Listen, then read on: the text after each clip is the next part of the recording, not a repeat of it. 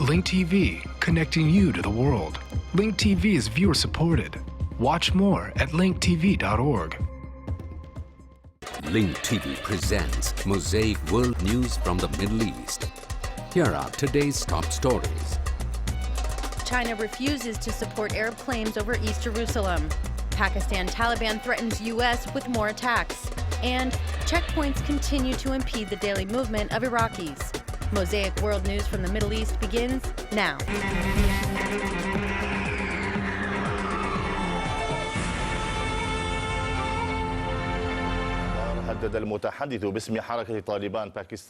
A spokesman for the Pakistani Taliban threatened the United States with more bombings, indicating the organization's responsibility for the failed Times Square car bomb attempt. In the videotape obtained by Al Arabiya, Azim Tariq said that the explosive-laden vehicle did not explode, but that America and its allies will witness booby-trapped vehicles that will indeed explode. He threatened U.S. allies with meeting the same fate.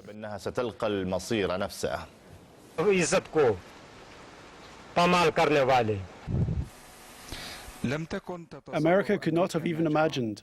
It was just an explosive-laden vehicle which did not explode. But America and its allies will see another car that will explode and America will also burn.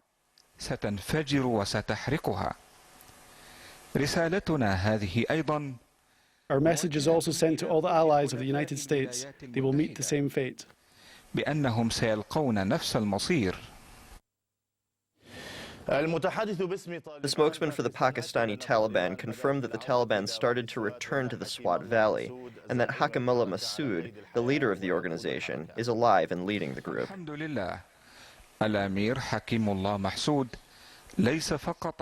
Thank God Prince Hakimullah Masood is not only alive, but is also leading all the activities and operations in all the locations in which we are fighting the infidels and tyrants.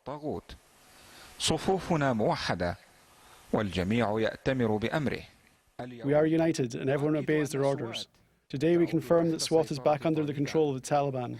This is where we prepared our activities and from where we will launch successful operations. The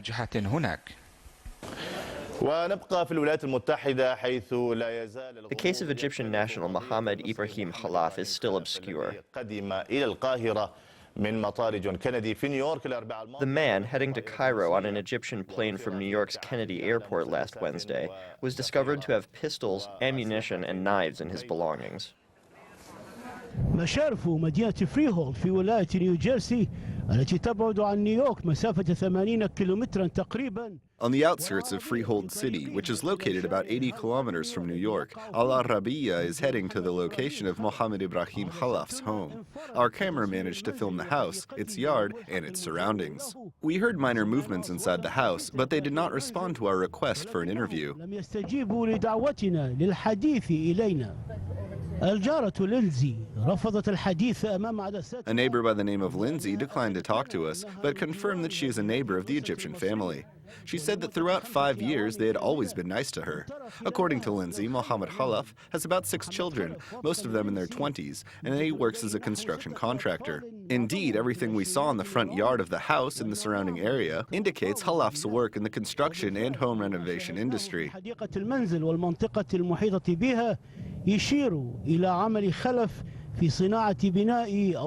Al Arabiya learned from knowledgeable sources that he also works as a visiting professor at the University of Florida in the U.S. Carlos, who has been living on the same street for 14 years, said that Mohammed Khalaf's reputation was very good in this neighborhood. He was shocked to hear the latest news of his arrest. He's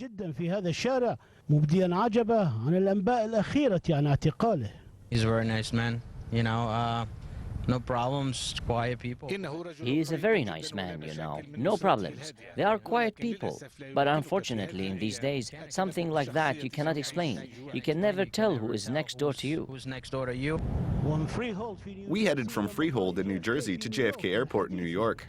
Some passengers here are talking about the security check that failed to find Mohammed Khalaf's weapons before the plane took off. A little bit scary, But on the other hand, it's a bit scary, but on the other hand, there's a large number of flights and passengers, and occasionally something must slip through.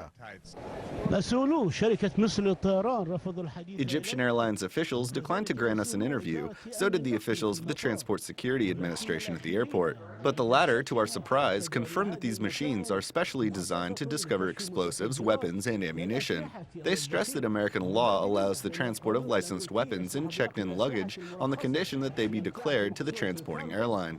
More importantly, it must be confirmed that the passengers' weapons that are licensed here do not violate the laws of the destination country.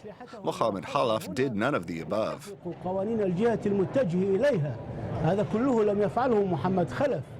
At the moment, this is where the case stands legally, but the reason for his transporting of these weapons is still a confusing puzzle. The investigations in Cairo may solve this mystery soon. Tahal Haj, Al Arabiya, New York.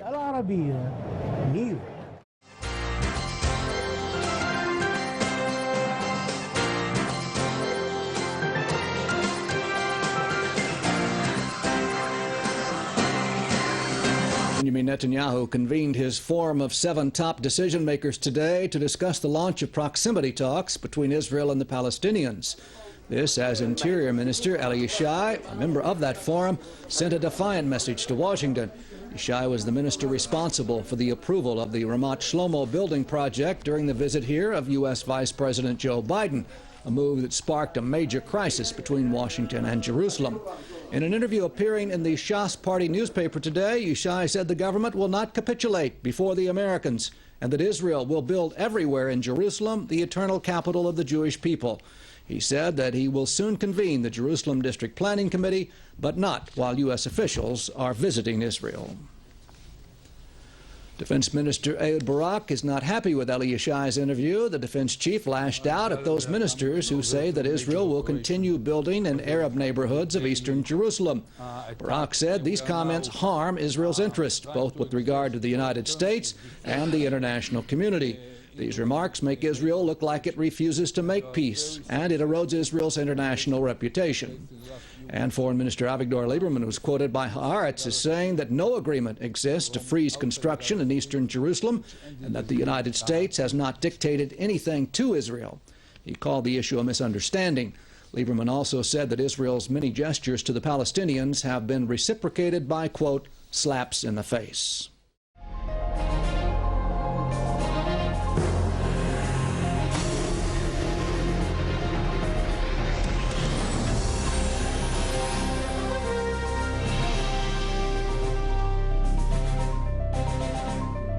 نشب خلاف بين القدس بشأن القدس بين الصينيين والوفد. A dispute arose between the Chinese and Arab delegations attending the 4th China-Arab Cooperation Forum in the Chinese coastal city of Tianjin. The dispute rose after the Chinese delegation refused to sign a joint statement with the Arab delegations that considers East Jerusalem to be the capital of the Palestinian state.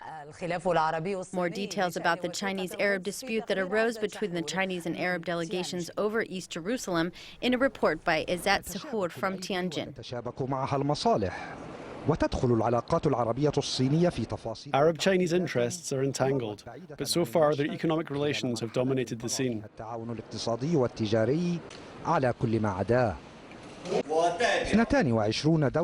Delegations from 22 Arab countries met with the Chinese delegation during the China-Arab Cooperation Forum for the 4th time in the past 6 years, in an attempt to have a strategic plan for comprehensive cooperation.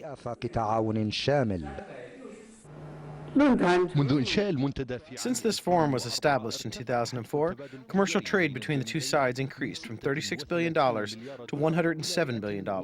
In addition, direct investments have reached $6 billion.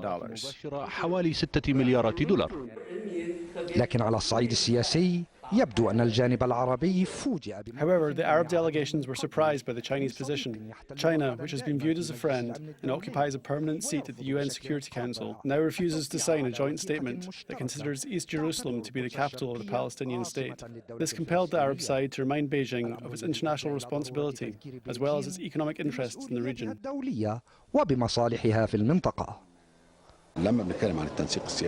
When we talk about political coordination, we are talking about issues of interest to China.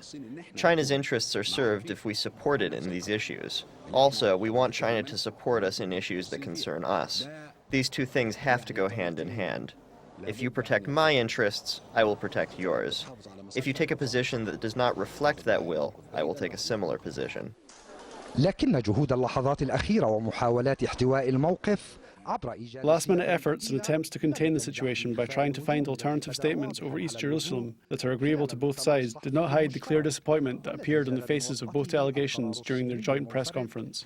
This was further escalated by the unilateral Chinese position to prevent journalists from asking the Arab guests any questions. In fact, journalists were forcibly prevented from getting close to the Arab delegations.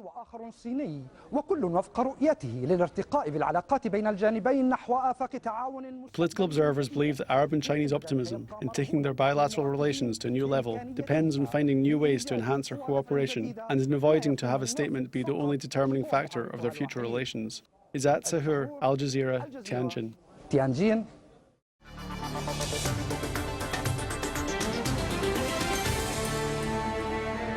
حيث قال مسؤولون أمريكيون إنه من المنتظر أن يطلب الرئيس باراك أوباما من الكونغرس. US officials said that President Barack Obama is expected to ask Congress to approve more than $2 million to assist Israel in developing an anti-short-range missile defense system. Our BBC correspondent in Washington says that the US offer may help ease the recent tension in its relations with Israel.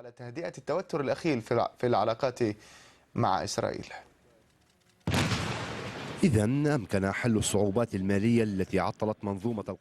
financial difficulty that stumped Israel's anti-missile Iron Dome system may have a solution. The solution is represented in U.S. President Barack Obama's decision to send financial support of $205 million to continue the program. ويأتي الدعم بعد أيام من إعلان الجانب الأمريكي موافقة إسرائيل والفلسطينيين على. The support comes several days after the U.S. announced that Israel and Palestine agreed to enter indirect negotiations in order to reach a settlement. This matter required the Obama administration to exert intense pressure on Tel Aviv to stop the settlement construction. According to Israeli sources, the system was successfully tested in the beginning of the year, and it can deter missiles and short-range rockets such as the Qassam and the Katyusha rockets. إلا أن نقص تمويل أعاق المشروع. However, the lack of finances impeded the program. According to Israeli newspaper Haaretz, the Israeli army cut the budget to give priority to the preparation of the offense system.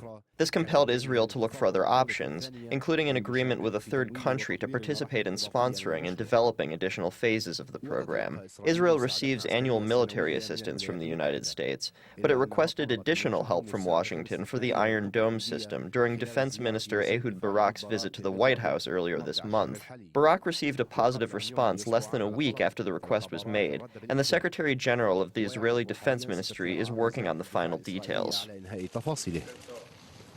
U.S. approval will allow Israel to continue stocking up on rocket shields. One of these shields can defend a city the size of Sderot, and it costs nearly $13 million to build. Firas Kadani, BBC.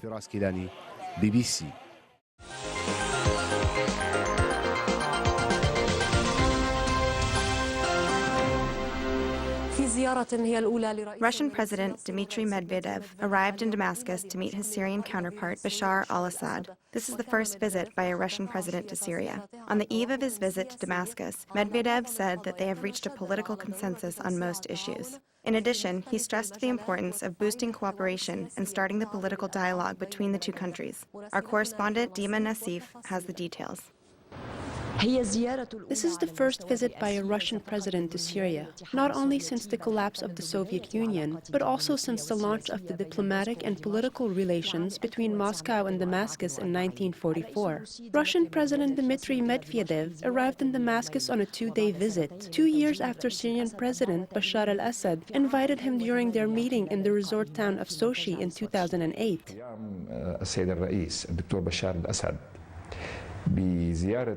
The visit by His Excellency President Bashar al-Assad to Moscow in 2005 led to the Moscow Declaration, which openly called for boosting strategic cooperation between the two countries. The declaration took the country's relationship to a level similar or maybe better than it was during the former Soviet Union. The Syrian-Russian relations have significantly improved after al-Assad's visit to Moscow in 2005. In the aftermath of the collapse of the Soviet Union, relations between Moscow and Damascus were strained. During the 2005 visit, Syrian President al-Assad and then Russian President Putin were able to settle Syria's outstanding debt to Russia. In addition, the two leaders signed a number of cooperation agreements, which opened a new chapter in the relations of Moscow and Damascus. In 2008, al-Assad embarked on a second visit to Russia, where he met with his Russian counterpart Dmitry Medvedev in the resort town of Sochi. Russia is seeking to redefine its global and regional role, as well as its role in the Middle East. There are other interpretations to this important visit in relation to the overall situation in the Middle East, the nuclear issue, as well as the Russian role in the peace process. All of these issues combined give prominence to this visit. In 2008, Syria and Russia signed several political and economic cooperation agreements. Russia launched several economic projects in Syria, including the building of the gas conversion factory in the city of Homs and the extension of the Arab gas pipeline. The trade between the two countries stands at $1.3 billion and is expected to reach $2 billion at the end of the year.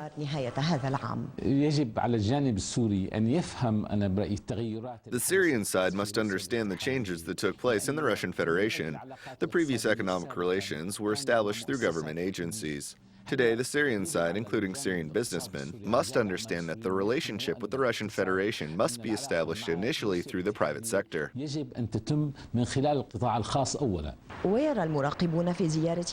Observers see in Medvedev's visit to Damascus an attempt by Moscow to redefine its geostrategic location on the region's political map, especially considering that Syria was, for a long time, Moscow's strategic ally. The importance of Russian President Dmitry Medvedev's visit to Damascus stems from the fact that this is the first visit by a Russian president to the Syrian capital. In addition, it comes at a critical time as the region is bracing for either a possible war or promising peace. This may pave the way for the Russians, who are on good terms with all sides, to become the deciding factor between war and peace. Dima Nassif, Russia Today, Damascus.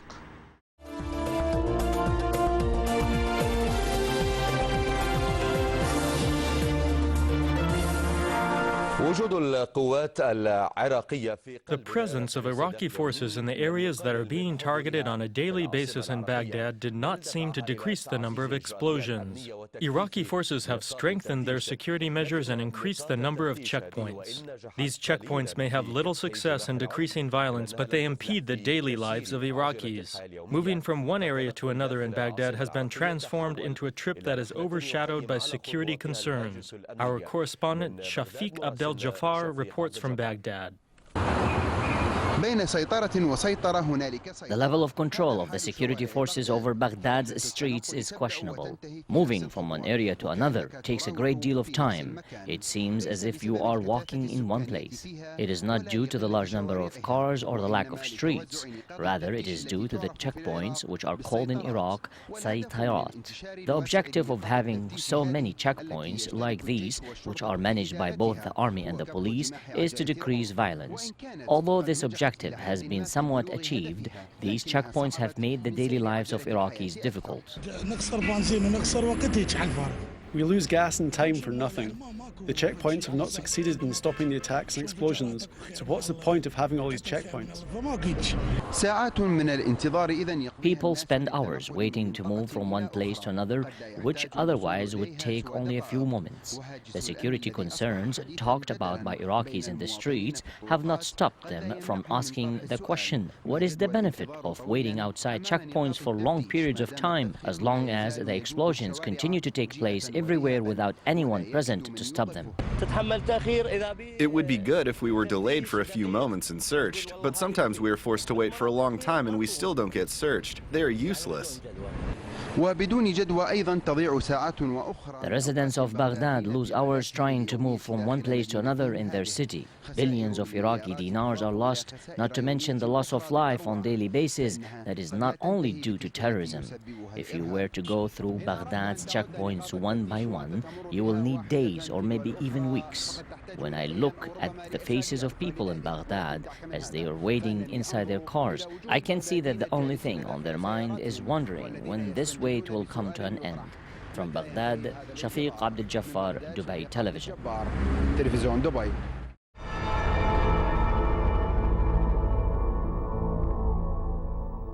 During the cold winters and hot summers, the residents of Baghdad love to drink tea. Whenever Iraqis visit their friends and family or meet in coffee shops, they drink tea. More details with Maher Al-Hamdani. Tea is only a black liquid. However, most Iraqis can't live without it. It has great effect on their spirit and bodies. They also like to start their day by drinking tea every morning at home or in the company of their friends in coffee shops. I drink tea every day at home, but I don't enjoy it the same way I do here. My wife can't make tea the way they do in coffee shops. In coffee shops, the tea tastes differently. I don't really know why. It could be because of the social gathering with my brothers. It is the same kind of tea, but the tea here tastes very differently. I drink 7 to 8 cups of tea a day. It depends on my mood. I sit with my friends here, talk and play chess.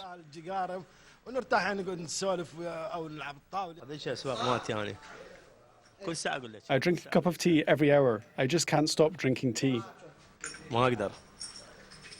If I stop drinking tea, I get a headache. I drink tea every 5 or 10 minutes. Our brother brings the tea. I love to drink tea because it helps me relax. I don't care how many cups of tea I drink. I might drink 2, 3, or 4. I might drink 10 cups of tea a day. The tea that is prepared in Baghdad's coffee shops differs from the tea that is prepared at home. In coffee shops, or what Iraqis call kahawi, there are tea experts who know how to make the tea taste just right. The customers are picky in the way they drink their tea. Some like their tea mahrouk, others like it light, and the rest like it strong. Coffee shops usually have 4 or 5 kinds of teas, which include tufaha and waraza. They have different aromas and flavors. This may explain why tea in coffee shops does not taste the same way it does at home. Do you use Lipton tea? No, we do not use that kind of teas. Russian President Dmitry Medvedev meets Hamas leader Khalid Mishal. Syria's Bashar al-Assad talks about the possibility of acquiring nuclear energy. Why are the U.S. and Israel disappointed with Russia? And are the Russians making a comeback into the Middle East? Answers to these questions and more on Link TV's Mosaic Intelligence Report. Israel expressed deep disappointment Thursday over a meeting the Russian President Dmitry Medvedev held this week in Syria with Hamas leader Khalid Mishal, saying the organization must play a role in peace efforts. What's needed now, unfortunately, isn't calm towards Hamas, but decisiveness against Hamas. Calling Hamas a terror organization in every way, Israel's foreign ministry said in a statement that it expected Russia to stand by Israel in its struggle against Hamas. Hamas is a terror organization whose declared goal is the destruction of the state of Israel. Hamas is responsible for the murder of hundreds of innocent civilians, among them immigrants from the Soviet Union and also Russian citizens. Hamas will always refuse or reject the occupation and will always refuse recognizing the legitimacy of the Zionist entity. Russia, the United States, the European Union, and the United Nations make up a quartet of Middle East mediators. The United States, the EU, and Israel consider Hamas a terrorist group. Russia insists that Hamas should not be isolated. In order to reach a settlement, all sides must be allowed to participate in the peace process.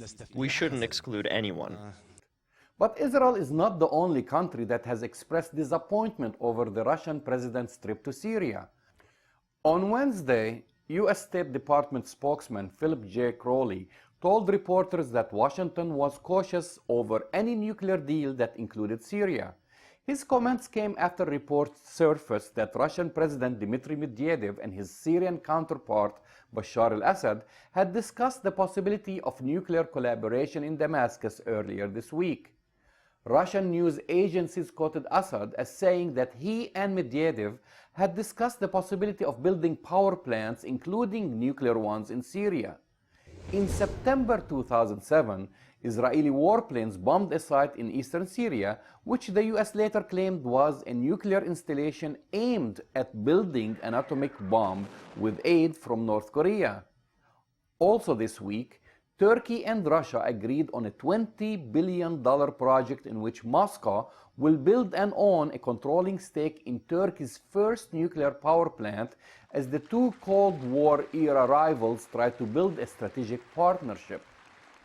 The Middle East was a staging area for Cold War conflicts between the United States and the Soviet Union for many years until the USSR collapsed in 1991. Are the Russians making a comeback into the region? We still haven't explored all the possibilities of the mediating countries. I think that the position of the United States should be more active, but the other countries should contribute as well. Recently, there have been debates and articles published warning about the revival of Cold War-style regional confrontation due to Russia's recent activities in the Middle East. I disagree. Russia has no interest in repositioning itself as a regional superpower, nor does it have the desire to maintain a military strategic foothold in the region. Unlike the United States and China, Russia is not dependent on the Middle East for its energy supplies. The Russians are interested in economic opportunities, and for the past several years, Russia has been re-establishing economic links and developing new interests in the region, including cooperation with Israel. Israel, for us, is not just an ordinary partner, but a state with which we have years of relations and which has a specific structure of the population. Although Russia differs with the United States and Israel over Syria, Iran, Hezbollah, and Hamas, its objective is to establish regional stability. For instance, Russia and the United States share the objective of the two-state solution for Israel and Palestine and agree on many issues about Iran's nuclear file. Russia's engagement in the region should be viewed positively. The advantage Russia has over the United States is its ability to talk to all parties. The Russians are back, but this time in a positive way. I'm Jamal Dajani for the Mosaic Intelligence Report. To learn more about this program or to share your thoughts, visit us at linktv.org/me. Stay up to date on the Middle East. Follow Jamal at twitter.com/Jamal Dajani.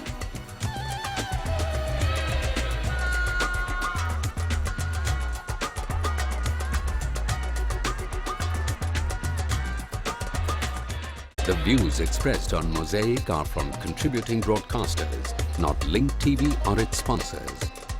The production of Mosaic is made possible from support of viewers like you. Thank you. Watch Mosaic World News online. Stay up to date with breaking news. Read our blog. Get transcripts of past shows and more at linktv.org/mosaic.